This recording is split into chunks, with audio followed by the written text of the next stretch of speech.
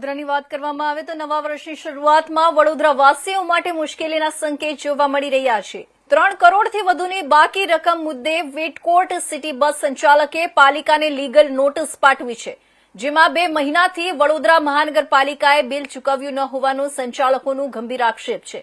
Driver, conductor તેમજ કર્મચારીઓના પગાર ચૂકવવામાં સંચાલકોને મુશ્કેલી ઉપરાંત ઈંધણ અને જાળવણી ખર્ચ માટે નાણાંની ભયંકર તંગી તેમને વર્તાઈ રહી છે। અનેક રજૂઆતો છતાં પાલિકા તરફથી સ્પષ્ટ જવાબ ન મળતા સંચાલકોએ નિર્ણય કર્યો છે કે જો 31 ડિસેમ્બર સુધી બાકી રકમ ન ચૂકવાય તો આગામી 1 જાન્યુઆરીથી વડોદરા શહેરમાં ચાલતી બસ સેવા બંધ કરાશે। સિટી બસ સેવા બંધ થાય તો વિદ્યાર્થીઓ અને નોકરિયાતોને ભારે હાલાકીનો ભય સતાવી રહ્યો છે। મુસાફરોએ કહ્યું કે સિટી બસ બંધ ન થવી જોઈએ કેમ કે અમને રિક્ષાનું ભાડું પોસાતું નથી।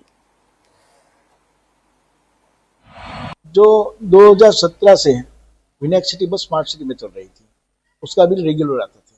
पर नवंबर मास का जो बिल हमने रखा है स्मार्ट सिटी में, तो हमको वहाँ से मना कर दिया है कि आपने कमिश्नर की मंजूरी लेके बिल रखने का है। जो स्मार्ट सिटी प्रोजेक्ट है वो कॉर्पोरेशन में चला गया है। तो अभी तक आज 26 तारीख हुई है, अभी कोई निर्णय लिया नहीं है कि भाई कौन कहाँ से लेना है बिल। कि नक्की तो होना चाहिए ना कि कॉर्पोरेशन में लेना है, कहाँ लेना है। अभी हमारी फाइल में साइन ही नहीं हुई, तो अभी हम नहीं सोचते कि अभी 15 दिन में हो जाएगा। तो हमारा 2.25 करोड़ जैसा बिल का रकम बाकी है, तो अभी दूसरा हो जाएगा 2 महीने का। तो 2 महीने का बिल बाकी रहेगा तो हम कैसे चलाएंगे।